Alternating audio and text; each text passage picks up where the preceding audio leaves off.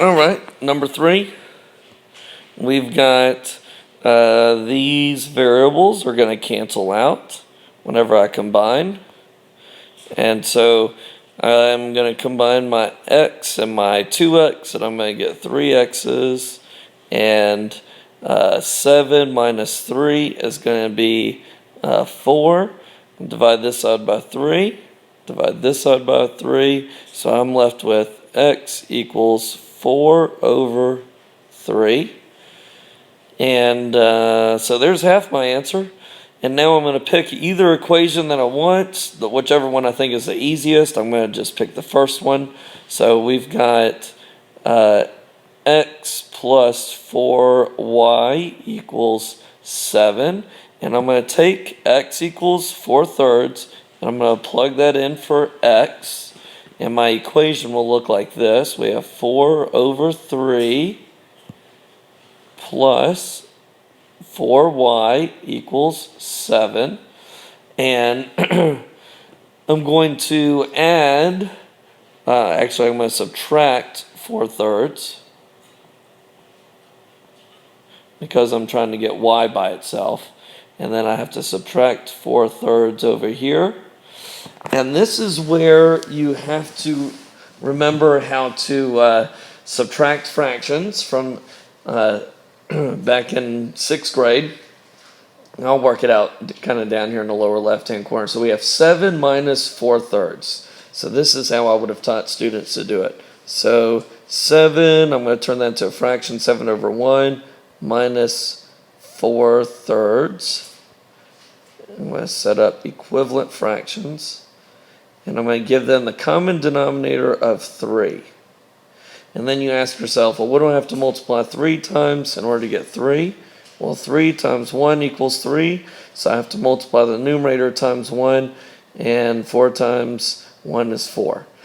And then you say, well, how do I get from 1 to 3? Well, I have to multiply times 3. And so 1 times 3 equals 3. So I'll multiply the numerator times 3. 7 times 3 equals 21. So now I have my common denominator. I can subtract my numerators. So 21 minus 4 is going to give me 17. And then don't forget your common denominator is 3. That doesn't change. So it's 17 over 3. So I'm going to come back up here. Let me kind of separate this. All right. That was kind of like some side work that I did. All right. So I've got 4y.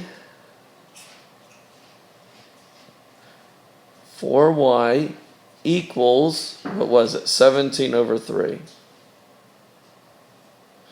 All right.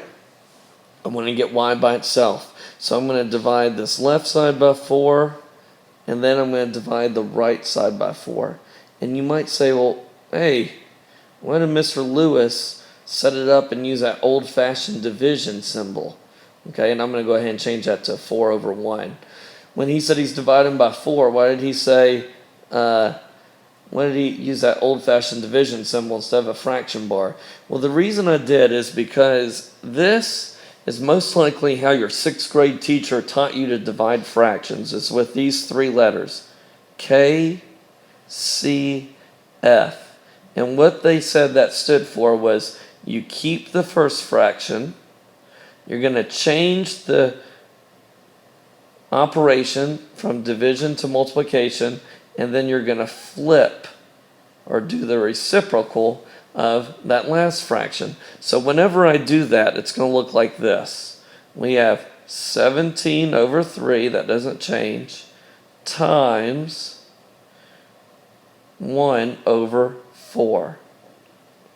So 17 over 3 times 1 over 4. Keep it, change it, flip it. And I think that will probably, now some kids are probably looking at that and like, oh yeah, I remember doing that a couple years ago. All right, so now we have y equals, we need to do 17 times 1, and that's going to be 17. And 3 times 4, that's going to be 12. So 17 over 12. So that's what y equals. So now I have what x equals and I have what y equals. You see here's what x equals. We solved that earlier.